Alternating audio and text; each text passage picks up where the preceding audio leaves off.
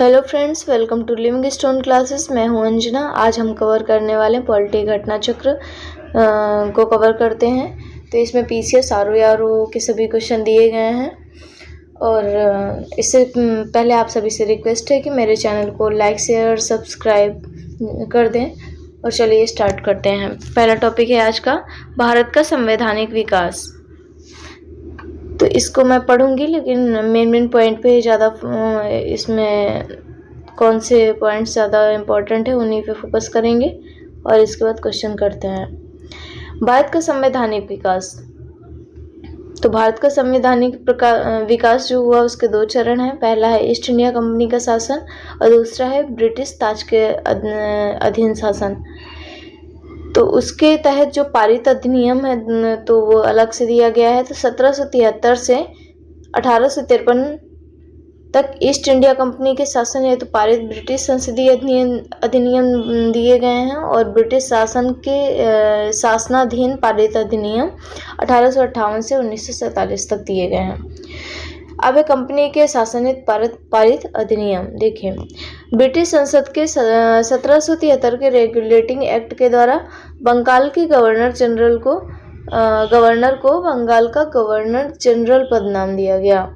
जो बंगाल का governor general था बंगाल का जो गवर्नर था उसको बंगाल का गवर्नर जनरल पद नाम दिया गया। किसके तहत? 1773 के रेगुलेटिंग एक्ट के तहत। और इसके साथ ही उसकी सहायता के लिए 4 सदस्यीय कार्यकारी जो परिषद था उसका भी गठन किया गया। उनका कार्यकाल कितना था? तो 5 वर्ष कार्यकारी परिषद का। इस एक्ट के अनुसार वॉरेन हेस्टिंग बंगाल का प्रथम गवर्नर जनरल बना और फ्रांसिस क्लेवरिंग मानसन और बारवेल ये काउंसिल के क्या थे? सदस्य नियुक्त हुए। सपरिषद गवर्नर जनरल को बंगाल में फोर्ट विलियम की प्रेसिडेंसी सैनिक और असैनिक शासन का अधिकार दिया गया। और इसके अलावा इसे दिया गया तथा इसे प्रमुख मामलों मतलब ये था जैसे विदेश नीति में मद्रास और बम्बई की जो प्रेसिडेंसियों का अधीक्षण भी करना था। तो इसको क्या क्या दिया गया? मतलब कि फोर्ट विलियम की प्रेसिडेंसी के जो सैनिक जो अधिकार थे वो दिया गया और इसे विदेश नीति जैसे मद्रास और बम्बई की जो प्रेसिडेंसियां थी उसको भी इसी के अधीन कर दिया गया। इसी एक्ट के तहत 1774 ईस्वी में उच्चतम न्यायालय की स्थापना कलकत्ता में हुई और एक मुख्य न्यायाधीश थे और 3 अन्य न्यायाधीश थे। मुख्य न्यायाधीश का नाम था एलिजा एम्पे। 3 अन्य न्यायाधीश, उनके नाम कमेंट सेक्शन में आप बताइए। कंपनी के कर्मचारियों को निजी व्यापार करने तथा भारतीयों से उपहार लेने से प्रतिबंधित किया गया। तो कंपनी के जितने भी कर्मचारी थे उनको निजी व्यापार करने और भारतीयों से उपहार लेने के लिए मना किया गया। पिट्स इंडिया एक्ट 1774 द्वारा कंपनी के राजनीतिक और व्यापारिक कार्यों का पृथक्करण किया गया। इस जो 1784 का जो पिट्स इंडिया एक्ट आया तो उसमें जो राजनीतिक कार्य थे और जो व्यापारिक कार्य थे उन दोनों को अलग अलग कर दिया गया। इस एक्ट में निदेशक मंडल को कंपनी के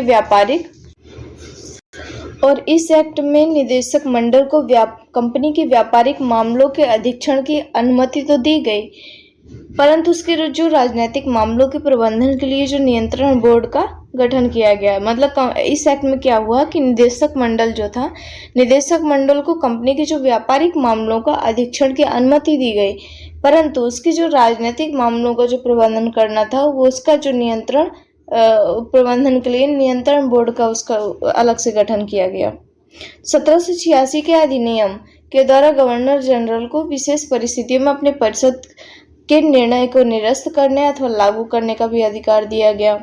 तो जो गवर्नर जनरल को विशेष परिस्थितियों में क्या हुआ कि परिषद के निर्णय जो है वो उसको निरस्त भी कर सकता है और उनको लागू भी कर सकता है किसी बिना परिषद की बिना अनुमति की।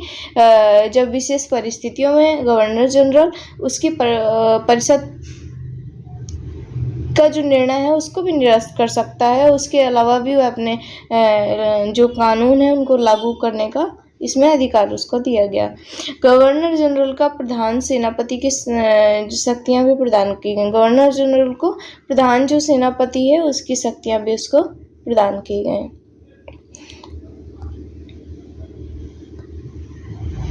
ये दोनों अधिकार सर्वप्रथम किसको प्राप्त हुए तो लॉर्ड कॉर्नवालिस को प्राप्त हुए और 1793 के चार्टर एक्ट के अंतर्गत कंपनी के अधिकारों को 20 वर्षों के लिए बढ़ा दिया गया। 1813 के चार्टर एक्ट द्वारा पहली बार भारतीयों की शिक्षा पर प्रतिवर्ष 1 लाख रुपए खर्च करने का भी प्रबंध किया गया। कंपनी के भारतीय व्यापार के एकाधिकार को समाप्त कर दिया गया। यद्यपि चीन के साथ तथा चाय के व्यापार पर उसका एकाधिकार बना रहा कंपनी का। 1833 का चार्टर एक्ट, इसके द्वारा क्या हुआ कि बंगाल का जो गवर्नर जनरल था उसको संपूर्ण भारत का गवर्नर जनरल बना दिया गया। इस चार्टर एक्ट की धारा 87 के अनुसार कोई भी भारतीय केवल धर्म, जन्मस्थान, वंश, वर्ण के आधार पर सरकारी सेवा के लिए अयोग्य नहीं समझा जा सकता था। देश की शासन प्रणाली का केंद्रीकरण किया गया और लॉर्ड विलियम जो बेंटिंक थे ये भारत के प्रथम गवर्नर जनरल बने। कंपनी के समस्त व्यापारिक कार्य समाप्त कर दिए गए तथा भविष्य में जितने भी उसके व्यापारिक कार्य थे वो सब समाप्त कर दिए गए, केवल राजनीतिक कार्य ही उसको करने थे। इसके अलावा जो गवर्नर जनरल था, गवर्नर जनरल की परिषद में एक कानूनी या चौथा सदस्य कह सकते थे, विधि सदस्य, कानूनी सदस्य को सम्मिलित किया गया। मैकाले जो था, मैकाले को कानूनी सदस्य के रूप में सबसे पहले शामिल किया गया। इस एक्ट के तहत सपरिषद गवर्नर जनरल जो था, सपरिषद गवर्नर जनरल को पूरे भारत के लिए क्या करना था, कानून बनाने का अधिकार प्रदान किया गया था। इसी एक्ट में नियुक्तियों के लिए योग्यता संबंधी मानदंड भेदभाव को समाप्त किया गया कि मतलब जो भी नियुक्तियां होंगी उसमें योग्यता संबंधी जो मानदंड उस पे ध्यान दिया जाएगा, ना कि किसी तरीके का उन पे भेदभाव किया जाएगा। तो भेदभाव को समाप्त उसमें किया गया। 1853 के चार्टर एक्ट द्वारा विधायी शक्तियों को कार्यपालिका शक्तियों से पृथक करने की व्यवस्था की गई। तो 1853 का चार्टर एक्ट द्वारा क्या किया गया कि विधायी जो शक्तियां थी उनको कार्यपालिका शक्तियों से पृथक करने की व्यवस्था की गई। विधि निर्माण हेतु गवर्नर जनरल की विधायी परिषद की स्थापना की गई और जिससे आगे चलकर भारतीय केंद्रीय विधान परिषद के नाम से भी जाना गया। सिविल सेवकों की भर्ती एवं चयन हेतु खुली प्रतियोगिता का शुभारंभ किया गया। अब आते हैं क्वेश्चन आंसर पे, जो कि हमारा मेन पार्ट है। पहला, निम्नलिखित में से किस अधिनियम में कलकत्ता में सर्वोच्च न्यायालय की स्थापना का प्रावधान किया गया था? तो इसमें किस अधिनियम में कलकत्ता में सर्वोच्च न्यायालय की स्थापना का प्रावधान किया गया था? तो इसमें ऑप्शन कौन सा सही होगा आप ही बता लेंगे। तो ये 1773 का रेगुलेटिंग एक्ट। 1773 के रेगुलेटिंग एक्ट में कलकत्ता के सर्वोच्च न्यायालय की स्थापना का प्रावधान किया गया था, जिसकी स्थापना 1774 में की गई। सर एलिजा एम्पे इसके मुख्य न्यायाधीश थे। सर एलिजा एम्पे क्या थे? इसके मुख्य न्यायाधीश थे। दूसरा है, सर्वोच्च न्यायालय की स्थापना के संबंध में निम्नलिखित में से कौन सा कथन सही है? पहला है, कलकत्ता में सर्वोच्च न्यायालय की स्थापना 1773 के रेगुलेटिंग एक्ट के द्वारा की गई थी। दूसरा है, लेमिस्टर इसके न्यायालय के जो मुख्य न्यायाधीश थे। तो इसमें कह रहे हैं निम्नलिखित में से कौन सा कथन सही है? तो इसमें जो ऑप्शन केवल एक ही सही है, क्योंकि इसमें कह रहा है ना कि कलकत्ता में सर्वोच्च न्यायालय की स्थापना 1773 के रेगुलेटिंग एक्ट के द्वारा की गई थी और दूसरे लेमिस्टर इस न्यायालय के प्रथम मुख्य न्यायाधीश थे। तो इसमें जो है, इसमें पहले ही बताया गया है कि जो प्रथम मुख्य न्यायाधीश थे एलिजा एम्पे थे, ना कि लेमिस्टर।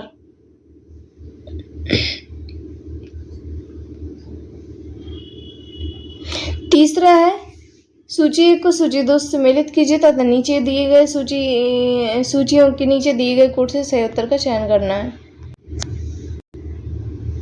सूची 1, सूची 2, नियंत्रण परिषद की स्थापना, सर्वोच्च न्यायालय की स्थापना, इंग्लिश मिशनरियों को भारत में कार्य करने की अनुमति, गवर्नर जनरल की परिषद में कानूनी सदस्य की नियुक्ति, और इधर दिए गए हैं आपके ये पिट्स का नियामक अधिनियम 1773, पिट्स का भारतीय अधिनियम 1784, चार्टर अधिनियम 1813 और चार्टर अधिनियम 1833। तो इसका देखिए नियंत्रण परिषद की स्थापना, तो ये तो पिट्स का जो भारतीय अधिनियम आया था 1784 उसके तहत किया गया। फिर इसमें तो यह आपका ए का 2 और सर्वोच्च न्यायालय की स्थापना नियामक अधिनियम 1773, बी का 1। इंग्लिश मिशनरियों की स्थापना तो चार्टर अधिनियम 1813 में ही हुआ था और गवर्नर जनरल की परिषद में कानूनी सदस्य की जो नियुक्ति हुई वो 33 में। तो इसका आपका बी, हाँ बी ऑप्शन सही रहेगा। तो देखते हैं इसमें नियामक अधिनियम मतलब रेगुलेटिंग एक्ट 1773, सर्वोच्च न्यायालय मतलब सुप्रीम कोर्ट की स्थापना 1773 के तहत सर्वोच्च न्यायालय की स्थापना, और पिट्स का भारतीय अधिनियम 1784, नियंत्रण परिषद की स्थापना और चार्टर अधिनियम 1813। इससे क्या हुआ, इंग्लिश मिशनरियों को भारत में कार्य करने की अनुमति, और चार्टर अधिनियम 1833 तो ये गवर्नर जनरल की परिषद में कानूनी सदस्य की जो नियुक्ति है उससे संबंधित है। नेक्स्ट,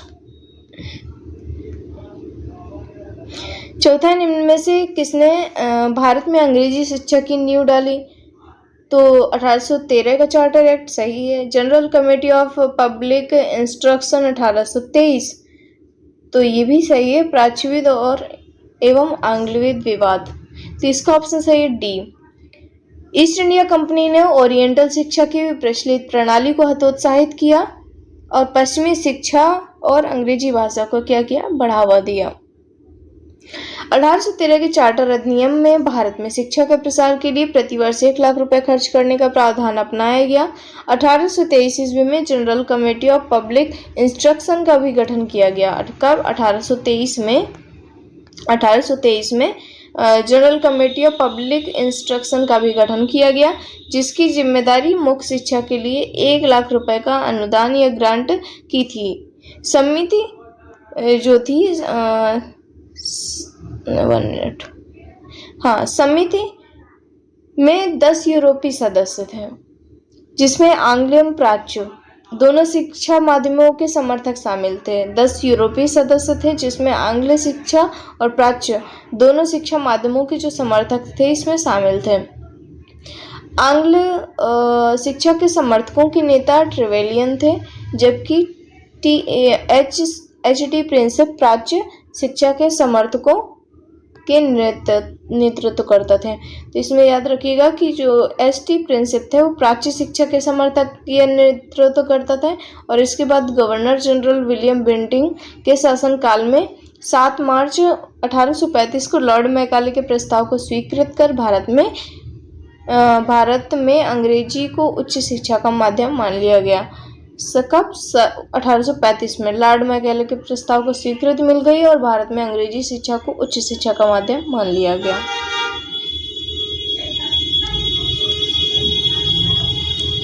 पांचवा है, किस अधिनियम के द्वारा ब्रिटिश संसद में चाय और चीन के साथ व्यापार को छोड़कर ईस्ट इंडिया कंपनी के भारत के साथ व्यापारिक एकाधिकार को समाप्त कर दिया गया? तो ये था आपका 1813 का चार्टर अधिनियम। 1813 के चार्टर अधिनियम के माध्यम से ब्रिटिश संसद में चाय और चीन के साथ व्यापार को छोड़कर ईस्ट इंडिया कंपनी के भारत के साथ व्यापारिक एकाधिकार को समाप्त कर दिया गया, जबकि 1833 के चार्टर अधिनियम द्वारा कंपनी के समस्त व्यापारिक कार्य समाप्त कर दिए गए तथा भविष्य में कंपनी को केवल राजनीतिक कार्य करने थे। मतलब 1813 में केवल कंपनी चाय और चीन के साथ व्यापार कर सकती थी और सारे जितने भी एक अधिकार थे इसके अलावा उनको सभी को समाप्त कर दिया गया। लेकिन 1833 का जो चार्टर अधिनियम आया उसके समस्त व्यापारिक कार्य उसके सारे जितने भी थे सभी समाप्त कर दिए गए, चाहे वो चीन का हो चाहे वो चाय का हो, वो भी समाप्त कर दिया गया। तो अब उसका कार्य क्या रह गया था? भविष्य में कंपनी केवल सिर्फ राजनीतिक कार्य ही उसको देखने थे बस। छठा है, ब्रिटिश संसद के किस अधिनियम ने भारत में व्यापार पर ईस्ट इंडिया कंपनी के एक अधिकार को समाप्त किया? तो 1813 का चार्टर एक्ट। तो ये किस पर पूछा गया है आपका? उत्तराखंड पीसीएस में। सातवां क्वेश्चन है, चार्टर एक्ट 1813 के संबंध में निम्नलिखित कथनों पर विचार कीजिए। पहला है, इसने भारत में ईस्ट इंडिया कंपनी के व्यापार एकाधिपत्य को चाय का व्यापार तथा चीन के साथ व्यापार को छोड़कर समाप्त कर दिया गया। दूसरा, इसने कंपनी द्वारा अधिकार में लिए गए भारतीय राज्य क्षेत्रों पर ब्रिटिश राज्य या क्राउन की संप्रभुता को सुदृढ़ कर दिया। तीसरा क्वेश्चन है, भारत का राजस्व अब ब्रिटिश संसद के नियंत्रण में आ गया। तो इसमें कौन सा सही है? तो इसमें पहला और दूसरा ऑप्शन सही है। मतलब इसने भारत में ईस्ट इंडिया कंपनी के व्यापार एकाधिपत्य को चाय का व्यापार तथा चीन के साथ व्यापार को छोड़कर समाप्त कर दिया गया। तो अभी हमने पढ़ा कि 1813 में ही हुआ ये। दूसरा है, इसने कंपनी द्वारा अधिकार में लिए गए भारतीय राज्य क्षेत्रों पर ब्रिटिश क्राउन की संप्रभुता को सुदृढ़ कर दिया। तो हाँ, ये भी सही है। अब है इसमें से, चलिए व्याख्या भी देख लेते हैं। चार्टर एक्ट 1813 द्वारा ब्रिटिश ईस्ट इंडिया कंपनी का व्यापारिक एकाधिकार चीन तथा चाय पर एकाधिकार बना रहा और इसके अलावा जितने भी थे उन सभी को समाप्त कर दिया गया। साथ ही इस एक्ट के माध्यम से कंपनी द्वारा अधिकृत भारतीय राज्यों पर ब्रिटिश क्राउन की संप्रभुता को सुदृढ़ भी किया गया। मतलब कंपनी का जिन जिन क्षेत्रों में भारतीय राज्यों पर उसका नियंत्रण था, अब वो किसके हो गए? ब्रिटिश क्राउन की संप्रभुता उस पर हावी हो गए। तो उन सबको सुदृढ़ भी किया गया और इस एक्ट में हालांकि कंपनी को आगे 20 वर्षों के इन क्षेत्रों का अधिकार और राजस्व सौंपा गया। तो ये इसी एक्ट के तहत हुआ। तथापि यह ब्रिटिश क्राउन की संप्रभुता के प्रतिकूल नहीं होना था। इस प्रकार प्रश्नगत कथन 1 और 2 सही है, परंतु 3 सही नहीं है, क्योंकि भारत का राजस्व 1858 के अधिनियम द्वारा ब्रिटिश संसद के सीधे नियंत्रण में लाया गया, जब ब्रिटिश कैबिनेट मंत्री के अधीन सेक्रेटरी ऑफ स्टेट का पद बना। मतलब 1858 के अधिनियम द्वारा क्या हुआ था कि ब्रिटिश संसद के सीधे नियंत्रण में इसको लाया गया था। तो इसलिए जब ब्रिटिश कैबिनेट मंत्री के अधीन का कौन सा पद बना? सेक्रेटरी ऑफ स्टेट का पद बना। तथा विशेषकर राजस्व प्रशासन में उसकी सहायता के लिए काउंसिल ऑफ इंडिया का भी गठन किया गया था। तो इसीलिए इसका तीसरा जो पॉइंट है, तीसरे पॉइंट में कहा गया कि भारत का राजस्व ब्रिटिश संसद के नियंत्रण में आ गया। तो इसीलिए ये वाला पॉइंट गलत है। 8 नंबर का क्वेश्चन है कि किस अधिनियम ने भारतीयों को अपने देश के प्रशासन में कुछ हिस्सा लेना संभव बनाया? तो ये है चार्टर एक्ट 1833। चार्टर एक्ट 1833 की धाराओं में सबसे महत्वपूर्ण धारा 87 थी, जिसमें यह कहा गया था कि किसी भी भारतीय अथवा क्राउन की देशज प्रजा को अपने धर्म, जन्म, वंश, वंशानुक्रम, वर्ण अथवा इनमें से किसी एक कारणवश कंपनी के अधीन पद अथवा सेवा के अयोग्य नहीं माना जाएगा। तो ये कौन से एक्ट के तहत कहा गया? 1833 के। कालांतर में राजनीतिक आंदोलन में 1833 एक्ट की यह धारा प्रशासन में भागीदारी हेतु मुख्य आधार बनी। तो इसको याद रखिएगा, बहुत सारे क्वेश्चन इस एक्ट से पूछे गए हैं 1833 से।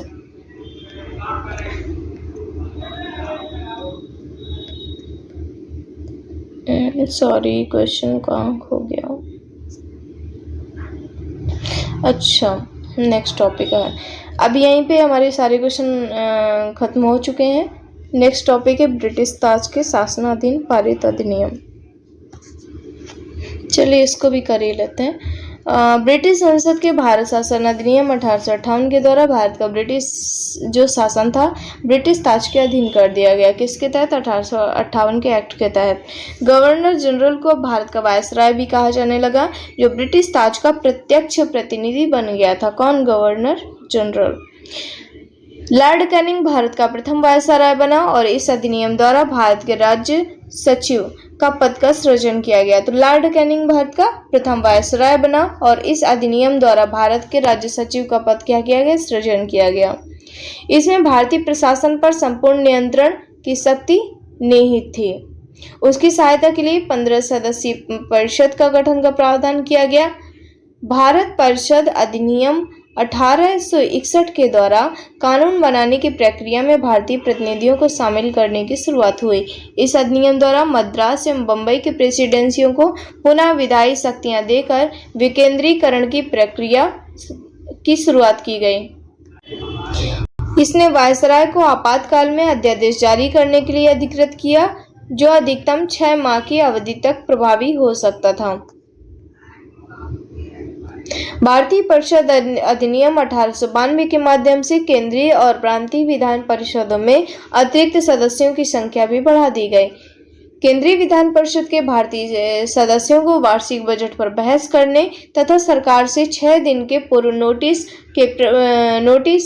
पर प्रश्न पूछने का अधिकार भी दिया गया, परंतु पूरक प्रश्न पूछने तथा मतदान का अधिकार नहीं था। सीमित अर्थों में निर्वाचन पद्धति का आरंभ किया जाना इस अधिनियम की महत्वपूर्ण विशेषता थी। भारत परिषद अधिनियम 1909 को मार्ले मिंटो सुधार के नाम से भी जानते हैं। इस अधिनियम के द्वारा भारतीयों को विधि निर्माण, प्रशासन दोनों में प्रतिनिधित्व प्रदान किया गया। हाँ, तो हम ये जो भारत परिषद अधिनियम 1909 को मार्ले मिंटो सुधार के नाम से भी जाना जाता है और इस अधिनियम के द्वारा भारतीयों को विधि निर्माण तथा प्रशासन दोनों में प्रतिनिधित्व प्रदान किया गया। इसके तहत वायसराय की जो कार्यकारी परिषद में भारतीयों को पहली बार शामिल किया गया और प्रथम ये जो कार्यकारी परिषद में किसको पहले शामिल किया? सत्येंद्रनाथ सिन्हा को वायसराय की कार्यकारी परिषद में प्रथम सदस्य थे ये भारतीय। इस अधिनियम में केंद्रीय तथा प्रांतीय विधायी शक्ति को बढ़ा दिया गया और परिषद के सदस्यों को बजट एवं लोकहित के विषयों की विवेचना करने, प्रस्ताव लाने तथा प्रश्न पूछने के साथ साथ पूरक प्रश्न करने का अधिकार दिया गया। इसमें पृथक निर्वाचन के आधार पर मुस्लिमों के लिए सांप्रदायिक प्रतिनिधित्व का प्रावधान किया गया था। भारत शासन अधिनियम 1919 के मॉन्टेग्यू चेम्सफोर्ड सुधार के नाम से भी जाना जाता है।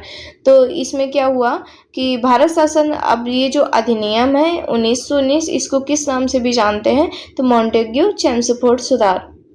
इस अधिनियम के द्वारा पहली बार प्रत्यक्ष चुनाव प्रणाली अपनाई गई। सांप्रदायिक आधार पर निर्वाचन प्रणालियों को विस्तार करते हुए सिखों, भारतीय ईसाइयों, आंग्ल भारतीयों तथा यूरोपियों के लिए भी लागू कर दिया गया। इस अधिनियम द्वारा पहली बार केंद्र में द्विशासन व्यवस्था स्थापित की गई और इस अधिनियम के द्वारा सभी विषयों को केंद्र तथा प्रांतों में बांट दिया गया। द्विसदनीय केंद्रीय विधानमंडल समस्त ब्रिटिश भारत के लिए कानून बना सकती थी। तो जो द्विसदनीय केंद्रीय विधानमंडल था वह समस्त ब्रिटिश भारत के लिए कानून बना सकती थी। इस अधिनियम के तहत प्रांतों में भी द्वैत शासन प्रणाली लागू की गई। प्रांतीय विषयों को 2 भागों में बांट दिया गया। कौन सा? आरक्षित और हस्तांतरित विषयों में बांटा गया। इस अधिनियम में पहली बार उत्तरदायी शासन शब्द का प्रयोग किया गया। इसके अंतर्गत एक आयोग का गठन किया जाना था जिसका कार्य 10 वर्ष बाद इस अधिनियम की समीक्षा करना था। तो इसके अंतर्गत एक आयोग का भी गठन किया जाना था जिसका कार्य 10 वर्ष बाद इस अधिनियम की समीक्षा करना था। करने के बाद अपनी रिपोर्ट प्रस्तुत करना था। भारत शासन अधिनियम 1935। तो 1935 द्वारा सर्वप्रथम भारत में संघात्मक शासन की स्थापना की गई। इस अधिनियम के द्वारा प्रांतों में द्वैत शासन समाप्त कर केंद्र में द्वैत शासन प्रणाली लागू की गई। तो इसमें जो प्रांतों में द्वैत शासन था उसको समाप्त कर दिया गया और द्वैत शासन कहाँ प्रणाली लागू की गई? केंद्र में। भारत में मुद्रा एवं साख पर नियंत्रण के लिए भारतीय रिजर्व बैंक की स्थापना की गई। सांप्रदायिक निर्वाचन प्रणाली का विस्तार करते हुए दलित जातियों, महिलाओं और श्रमिकों को इसमें सम्मिलित किया गया। इस अधिनियम के तहत वर्ष 1937 में संघीय न्यायालय की स्थापना की गई। तो संघीय न्यायालय की स्थापना किसमें की गई? 1937 ईस्वी में इसकी स्थापना की गई। इस अधिनियम के द्वारा बर्मा को भारत से अलग कर दिया गया तथा 2 नए प्रांतों सिंध और उड़ीसा का निर्माण हुआ। इसके तहत कुछ प्रांतों में द्विशासनात्मक व्यवस्था की गई। भारतीय स्वतंत्रता अधिनियम 1947 ने 15 अगस्त 1947 को भारत को स्वतंत्र एवं संप्रभु राष्ट्र घोषित किया। इसने वायसराय का पद समाप्त कर दोनों डोमिनियन स्टेटों में या राज्यों में गवर्नर जनरल का पद सृजित किया। इसके अंतर्गत ब्रिटिश शाही उपाधि को भारत का सम्राट शब्द समाप्त कर दिया। अब है क्वेश्चन आंसर देखते हैं प्रश्न को। पहला क्वेश्चन है, भारतीय परिषद अधिनियम 1861 के संबंध में निम्न कथनों में से पढ़कर सही विकल्प चुनना है। इस अधिनियम के फलस्वरूप गवर्नर जनरल की कार्यपालिका परिषद में कुल सदस्यों की संख्या 7 हो गई। तो इसमें कह रहा है कि इस अधिनियम के फलस्वरूप जो गवर्नर जनरल की कार्यपालिका परिषद में कुल सदस्यों की संख्या 7 हो गई। दूसरा है विधि निर्माण के लिए अतिरिक्त सदस्यों की संख्या कम से कम 6 और अधिक से अधिक 12 कर दी गई। तीसरा है प्रांतीय और केंद्रीय विषयों पर किसी तरह का भेदभाव नहीं रखा गया। तो इसमें आपका दूसरा और तीसरा ऑप्शन सही है, लेकिन पहला वाला गलत है कि विधि निर्माण के दूसरा और तीसरा कौन से सही है। तो विधि निर्माण के लिए किसकी बात कर रहा है? 1881 का जो भारतीय परिषद अधिनियम है उसके संबंध में बात हो रही है। विधि निर्माण के लिए अतिरिक्त सदस्यों की संख्या कम से कम 6 और अधिक से अधिक 12 कर दी गई, ये सही है। प्रांतीय और केंद्रीय विषयों को किसी तरह का भेदभाव नहीं रखा गया, तीसरा भी इसका सही है। चलिए इसकी व्याख्या देख लेते हैं। भारतीय परिषद अधिनियम 1861 के द्वारा भारत के गवर्नर जनरल की कार्यकारी परिषद को पोर्टफोलियो प्रणाली पर कार्य करने वाली कैबिनेट में बदल दिया गया, जिसमें राजस्व, सैन्य, कानून, वित्त और गृह विभागों के प्रमुख के रूप में 5 सदस्य शामिल थे। किसमें? पोर्टफोलियो प्रणाली पर कार्य करने में कैबिनेट में। इस कैबिनेट में बता रहे हैं कि जिसमें राजस्व, सैन्य, कानून, वित्त और गृह विभाग के प्रमुख के रूप में 5 सदस्य शामिल थे। 1774 ईस्वी में इसे छठा सदस्य या लोक निर्माण हेतु या विधि सदस्य को जोड़ा गया। इस अधिनियम के द्वारा विधायी कार्य के लिए अतिरिक्त सदस्यों की संख्या न्यूनतम 6 और अधिकतम 12 कर दी गई। किसके लिए? विधि कार्यों के लिए। विधायी कार्यों के लिए अतिरिक्त जो सदस्यों की संख्या थी कम से कम 6 और ज़्यादा से ज़्यादा 12 कर दी गई, जिन्हें गवर्नर जनरल द्वारा 2 वर्ष की अवधि हेतु नामित किया जाता था। इन अतिरिक्त सदस्यों में से कम आधे गैर सरकारी होने थे। इस अधिनियम के तहत केंद्रीय और प्रांतीय विषयों के बीच कोई भेद नहीं किया गया।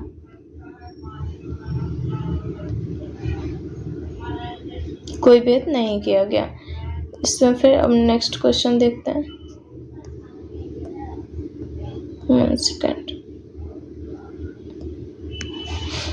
दूसरा क्वेश्चन है, भारतीय परिषद अधिनियम 1892 के संबंध में निम्न कथनों को पढ़कर सही विकल्प चुनें। पहला, इसे 20 जून 1992 को लागू किया गया था। दूसरा, कुल सदस्यों में से गैर सरकारी सदस्यों की संख्या 5 थी और सदस्यों को पूरक प्रश्न पूछने का अधिकार दिया गया। उपर्युक्त कथनों में से कौन सा सही है? तो इसमें जो इसको आयोग ने इसका आंसर नहीं दिया, लेकिन इसकी व्याख्या देखते हैं।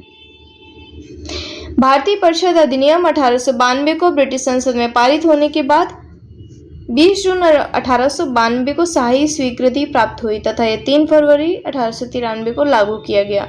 तो जो भारतीय परिषद अधिनियम था ब्रिटिश संसद में पारित तो हो गया, उसके बाद 20 जून 1892 को शाही स्वीकृति इसको प्राप्त हुई तथा यह 3 फरवरी 1893 को यह लागू हुआ था। इस प्रकार कथन पहला जो है वो सही नहीं। पहला क्या कह रहा था कि इसे 20 जून 1892 को लागू किया, तो 20 जून 1892 को इसको शाही स्वीकृति प्राप्त हुई थी और लागू कब हुआ? तो 3 फरवरी 1893 को।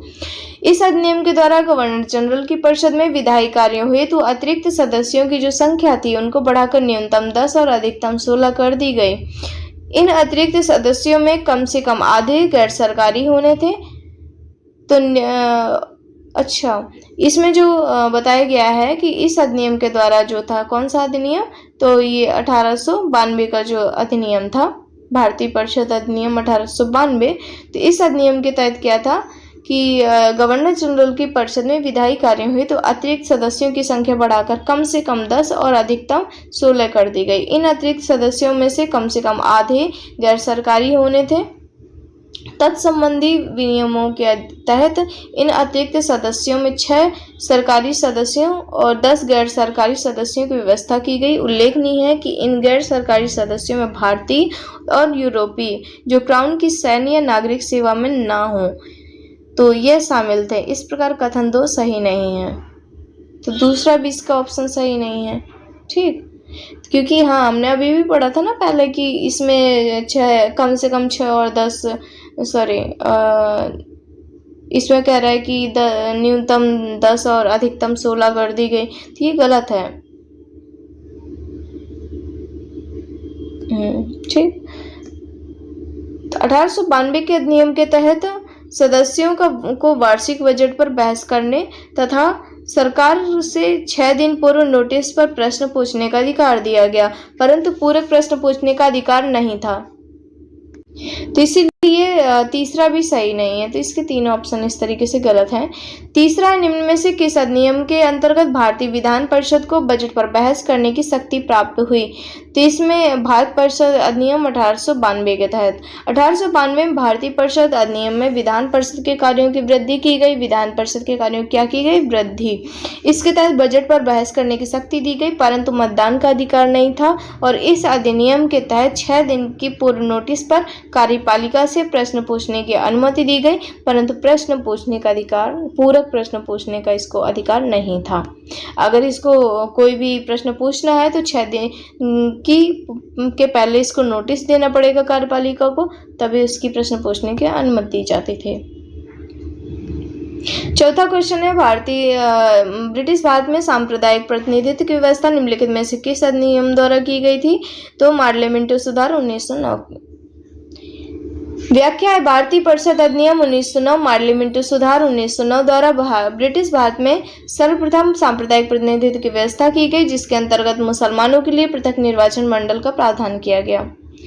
अब है 5वां क्वेश्चन, 1909 का अधिनियम संबंधित था। देखिए 1909 से कितने क्वेश्चन आए। एमपीपीसीएस का 2019 का है प्री का क्वेश्चन, एमपीपीसीएस प्री में भी आया, 2017 में भी आया फिर से। 1909 का अधिनियम संबंधित था तो पृथक मत अधिकार क्षेत्र के लागू करने से।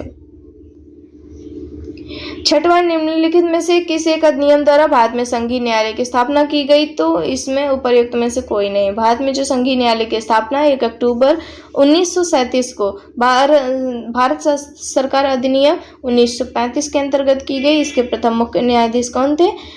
तो इसके प्रथम जो मुख्य न्यायाधीश थे वो सर मॉरिस वेयर थे। उपर्युक्त दिए गए विकल्पों में से भारत सरकार अधिनियम 1935 नहीं होने के कारण विकल्प डी सही उत्तर है।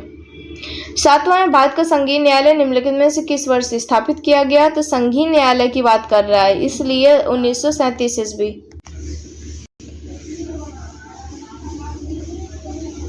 तो 8वां क्वेश्चन क्या था कि केंद्र में द्वैध शासन के अधिनियम के अंतर्गत स्थापित किया गया। तो ये 1935 का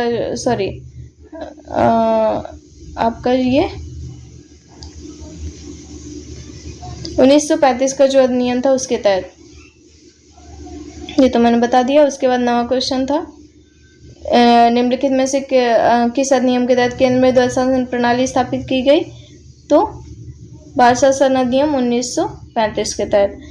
क्वेश्चन 10वां था कि 1919 में भारत शासन अधिनियम की निम्नलिखित में से कौन सी प्रमुख विशेषताएं हैं? तो प्रांतों की कार्यकारिणी सरकार में द्वैध शासन की व्यवस्था।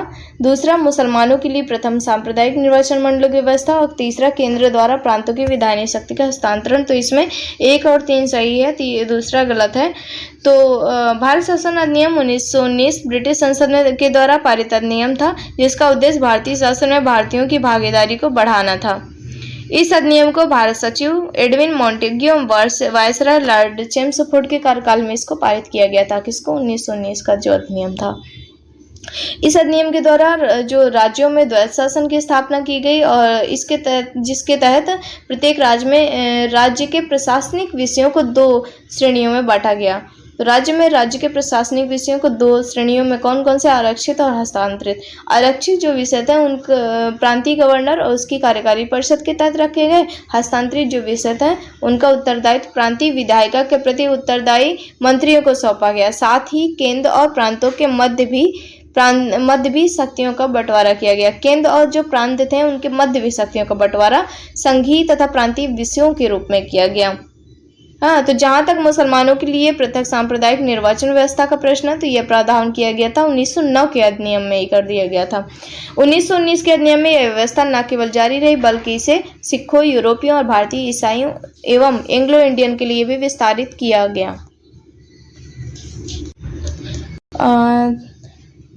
आज हम 10 प्रश्न तक इसका करेंगे, बाकी जो बचा हुआ क्वेश्चन है हम कल नए टॉपिक कल फिर से शुरुआत करेंगे इसकी। और इसके लिए थैंक यू सो मच।